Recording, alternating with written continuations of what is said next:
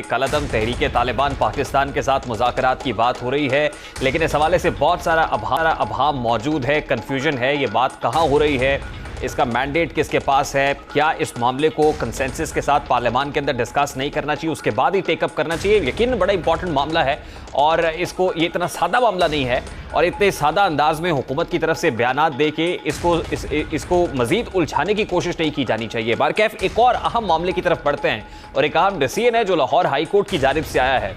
Lahore high court ने कलअदम तहरीके लब्बैक पाकिस्तान के सरबराह साद हुसैन रिजवी की दूसरी बार नजरबंदी कलअदम करार दे दी है। दरखास्त गुजार की तरफ से बुरहान मौजम मलिक एडवोकेट, जबकि वफाकी हुकूमत की जानिब से deputy attorney general Asad Ali Bajwa पेश हुए। सरकारी वकील ने दलाइल दिए कि हुकूमत नजरबंदी की मंजूरी माजी से दे सकती है। इस हवाले से अदालती फैसले मौजूद हैं और बिजनेस के तहत गैर मामूली सूरत हाल में काबीना की मंजूरी के बगैर अहकामात जारी किए जा सकते हैं। जस्टिस तारिक सलीम शेख ने इस्तफसार किया कि इंसदाद दहशतगर्दी एक्ट के तहत नजरबंदी एमपीओ के तहत नजरबंदी से कैसे मुख्तलिफ है, क्योंकि ये नजरबंदी इंसदाद दहशतगर्दी एक्ट के तहत हुई। दोबारा नजरबंदी के लिए कोई नई वजूहात मौजूद हैं, इस्तफसार किया गया। उन्होंने मजीद कहा कि अदालत को मुतमईन करे कि साद रिजवी की इंसदाद दहशतगर्दी एक्ट के तहत नजरबंदी की कोई इजाफी वजूहात मौजूद हैं। इस पर सरकारी वकील ने दलाइल में कहा कि वजूहात में सूबाई और जिले इंटेलिजेंस एजेंसीज की सिफारिशात अहम हैं।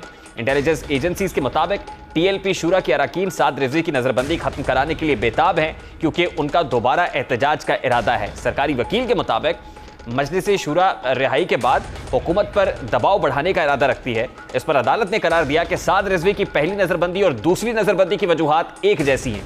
नजरबंदी के लिए नजरबंद फर्द को इसकी वजूहात पेश करना अहम जुज है। सरकारी वकील ने कहा कि दस्तावेजात से साबित करूंगा कि नजरबंदी की वजूहात अलहदा हैं। साद रिजवी की नजरबंदी की समरी काबीना को इरसाल की गई थी। अदालत ने इस्तफसार किया कि फिर नजरबंदी की समरी पर किसी मीटिंग का दस्तावेजात में कोई जिक्र क्यों नहीं है, आपने कितने वज़रा को खतूत भेजे।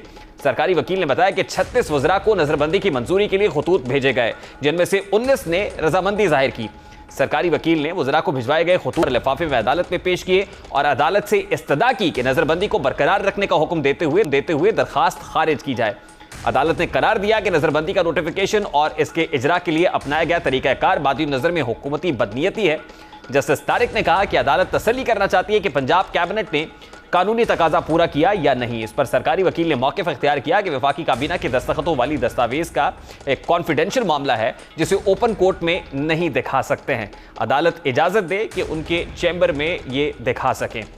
बारकैफ इख्तलाफात वाजे हो रहे हैं, सूरत हाल आपके सामने है। कलअदम तहरीके लब्बैक पाकिस्तान से मुताल्लिक जो लाहौर हाई कोर्ट का डिसीजन है, नज़रबंदी को कलअदम करार दिया गया है साद हुसैन रिजवी का, और उसके बाद उनके वकीला की तरफ से कहा गया कि किसी भी वक्त रिलीज़ भी हो जाएंगे। और इसका एक तनाजुर है और एक तनाजुर के तहत जिस वक्त साद हुसैन रिजवी को गिरफ्तार किया गया था तो बहुत सारे जो कलअदम तहरीके लब्बैक पाकिस्तान के कारकुनान हैं और क़यादत के बहुत सारे लोग हैं जिनको एमपीओ के तहत गिरफ्तार किया गया था, लेकिन ये गिरफ्तारी इतनी सादा नहीं थी। इसमें इंसदाद दहशतगर्दी की दफात को शामिल किया गया था। इस हवाले से अभाम मौजूद है। अदालत में बहस हुई, लेकिन सरेदस्त लाहौर हाई कोर्ट का डिसीजन है कि साद हुसैन रिजवी की जो नज़रबंदी है उसको कलअदम करार दिया जाता है। अब उनकी रिलीज़ कब होती है, इस हवाले से जो कॉन्फिडेंशियल मामलात हैं वो चैम्बर में कब हुकूमती वकील दिखाते हैं, यकीनन ये वक्त ही बताएगा। अभी एक